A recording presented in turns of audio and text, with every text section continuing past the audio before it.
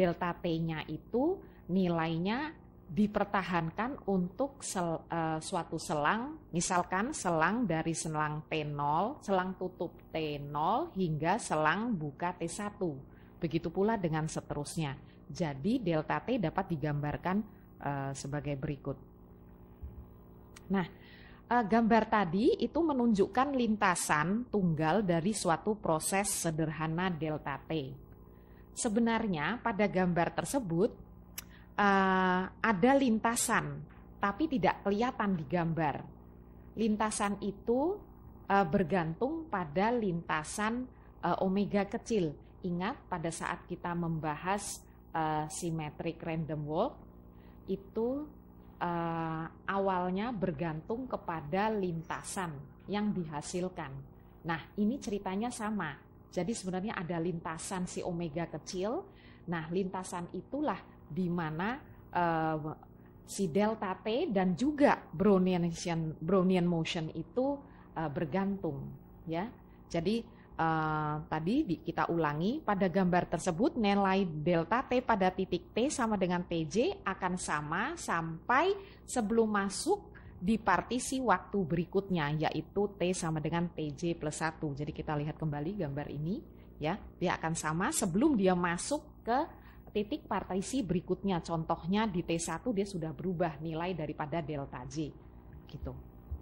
Nah, nilai delta T ini dapat bergantung hanya pada informasi yang ada pada T. Ya, dan kemudian karena tidak ada informasi pada waktu T0, nggak ada informasi pada waktu T0, maka nilai delta 0 harus sama untuk semua lintasan.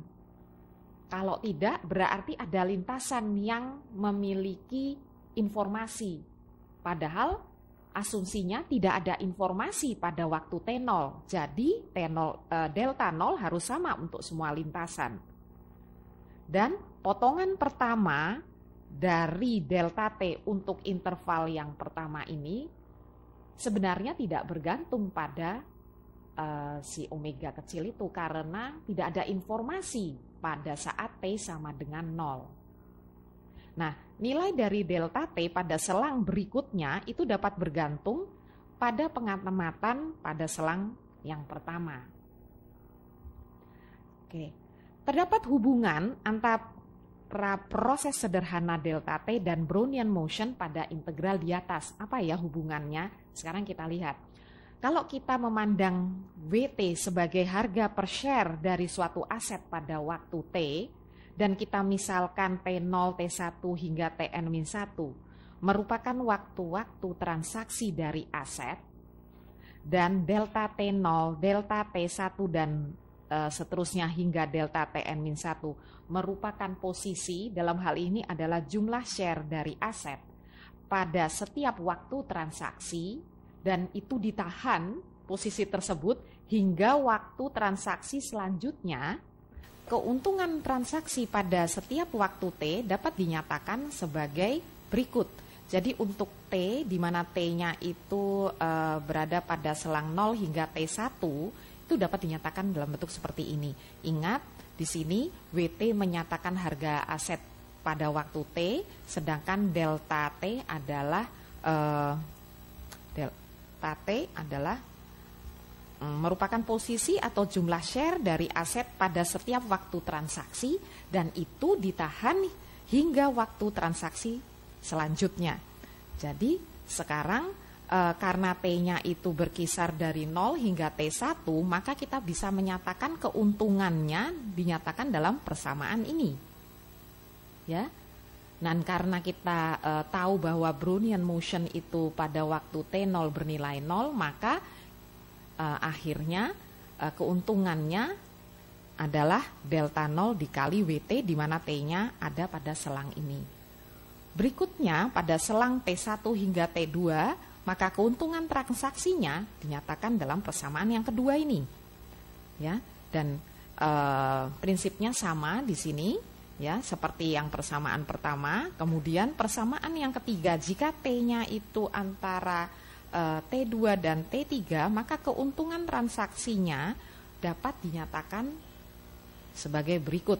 Sehingga dapat kita berdasarkan 3 persamaan tadi, secara umum jika T itu berada pada selang TK hingga TK plus 1, maka keuntungan tadi dapat dihitung menggunakan persamaan ini.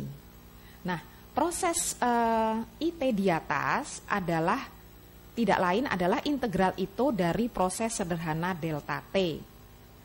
Dan untuk T di mana T itu memenuhi pertidaksamaan ini dapat dinyatakan dalam bentuk sebagai berikut.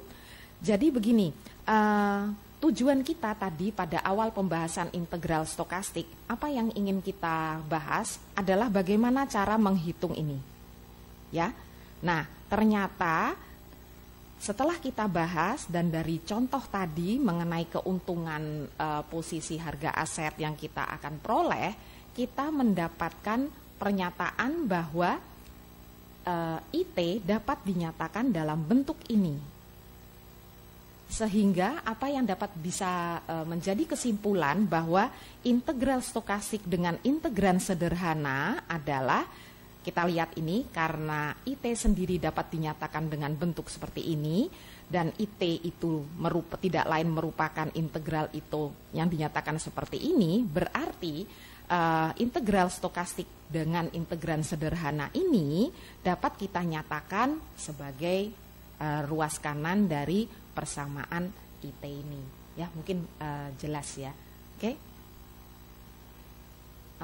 Berikutnya tadi itu yang kita bahas adalah integral stokastik dengan integran yang sederhana. Nah, sekarang kita akan beralih dengan pembahasan integral stokastik dengan integral yang lebih umum. Oke, jadi di sini nih kita lihat kita pandang integral ini ya. Integrannya itu kontinu, sifatnya kontinu berbeda. Jadi maksudnya nih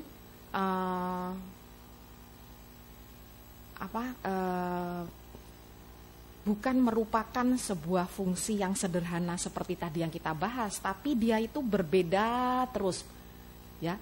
Jadi saya tulis sebagai kontinu berbeda. Jadi maksudnya itu, ya, selalu berubah. Fungsinya itu tidak sederhana, selalu berubah terhadap waktu dan juga bisa mengandung lompatan. Nanti kita lihat apa yang dimaksud lompatan.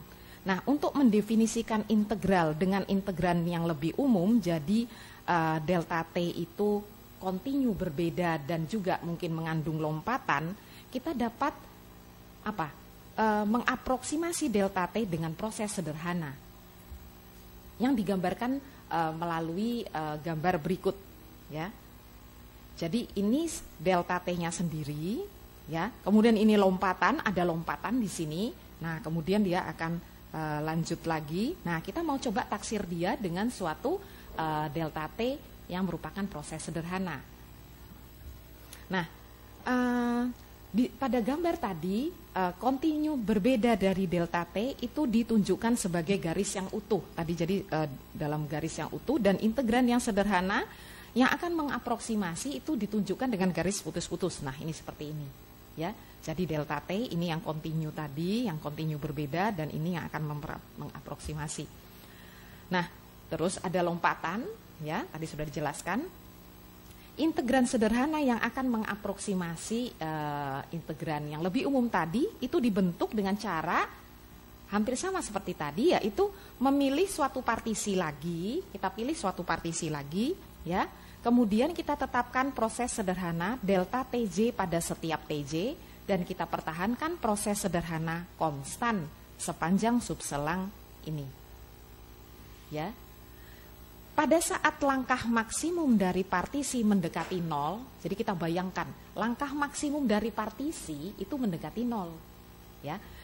Maka integran yang mengaproksimasi yaitu delta Tj itu tentu saja akan menjadi penaksir yang lebih baik dalam mengaproksimasi integran yang kontinu berbeda, ya. Jadi Anda bayangkan di gambar tadi ini, kalau kita buat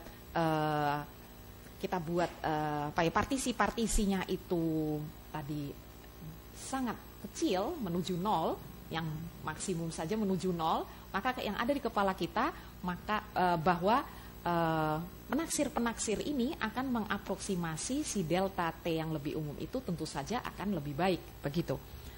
Nah, sehingga secara umum barisan delta NT dari proses-proses sederhana itu dapat dipilih untuk N menuju tak hingga, dan proses ini akan konvergen ke delta T yang kontinu berbeda tadi. Ya, di sini arti konvergen apa? Yaitu ini, karena kita sudah berbicara, ada ekspektasi di sini, kita sudah berbicara proses stokastik, ya. Nah, jadi kita selalu menggunakan ekspektasi. Jadi arti konvergen adalah ini. Tadi ini adalah delta NT adalah yang mengaproksimasi, sedangkan delta T adalah yang mau kita aproksimasi. Ya, oke. Di mana N-nya sekarang sudah menuju tak hingga. Oke.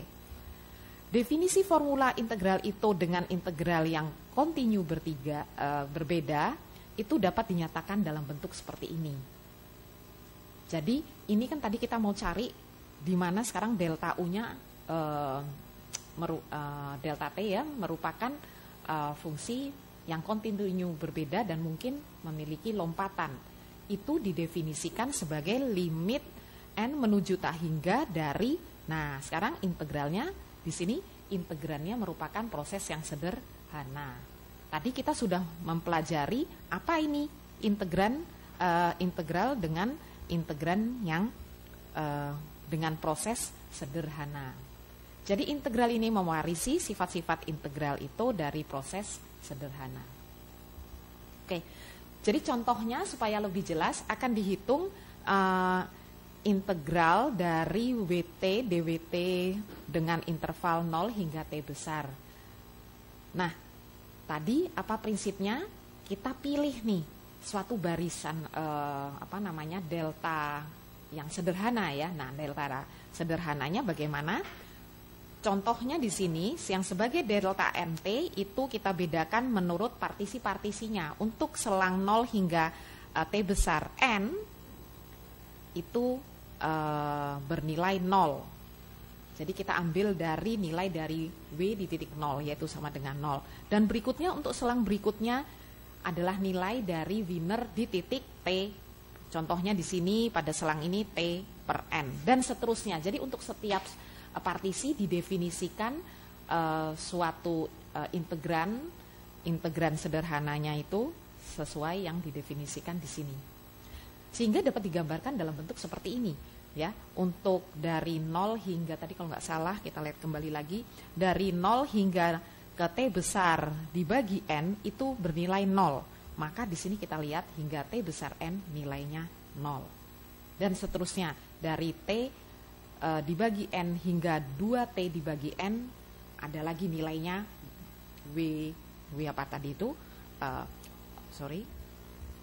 W di T besar N. Nah ini bisa langsung dilihat di gambar nih harusnya nih ya, W di T besar N. Begitu seterusnya. Jadi kita punya banyak proses-proses sederhana yang akan mengaproksimasi integral dengan integran yang lebih umum ini.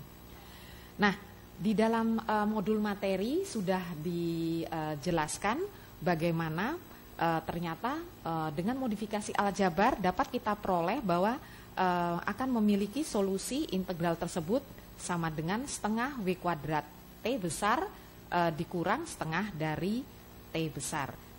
Di sini ada definisi dari quadratic variation yang sudah dibahas pada pembahasan Brownian motion. Nah, kalau kita bandingkan sekarang hasil integral ini ya, ini dengan integral pada kalkulus yang sudah kalian pelajari. Nah, bentuknya seperti ini. Ternyata di sini akan memberikan hasil seperti ini dan ternyata nah, ini kita substitusikan batas-batasnya, kita akan memperoleh hasil yang berbeda dengan dibandingkan dengan integral stokastik karena ada faktor tambahan di sini. Ya. Oke. Nah, seperti pada kasus deterministik, Anda sudah tahu bahwa integral, kalau kita memiliki integral yang seperti ini, itu dapat diaproksimasi dengan menggunakan metode Riemann-Sum yang dapat dinyatakan dalam bentuk seperti ini. Nah, kalau integral ini maksudnya dievaluasi pada titik kiri TJ untuk J-nya itu berjalan dari 0 hingga N-1 dari 4 persegi. Jadi ini contohnya kita menggunakan 4 persegi.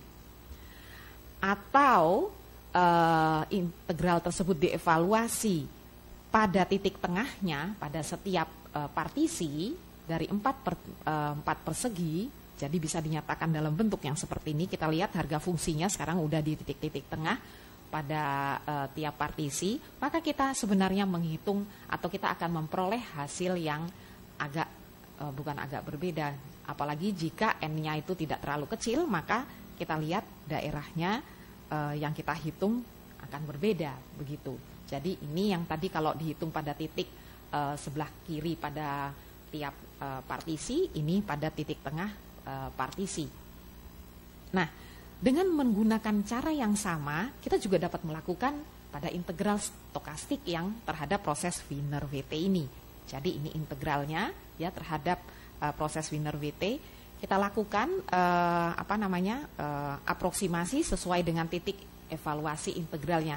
Nah, sekarang kalau di titik kiri pada tiap partisi, maka bentuknya jadi seperti ini. Kita lihat sekarang, karena ini integral stokastik terhadap proses Wiener, maka ruas kanan sebelah kanan ini dinyatakan dengan selisih dari proses Wiener di titik-titik partisinya, itu dikenal sebagai bentuk integral itu.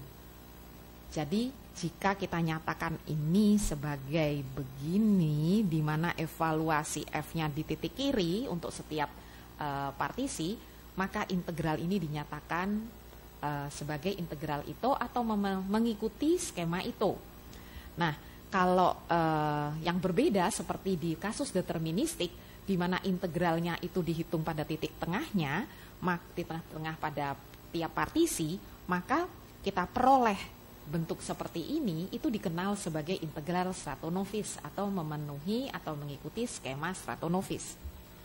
Nah, ini adalah contoh dari simulasi integral itu. Ya.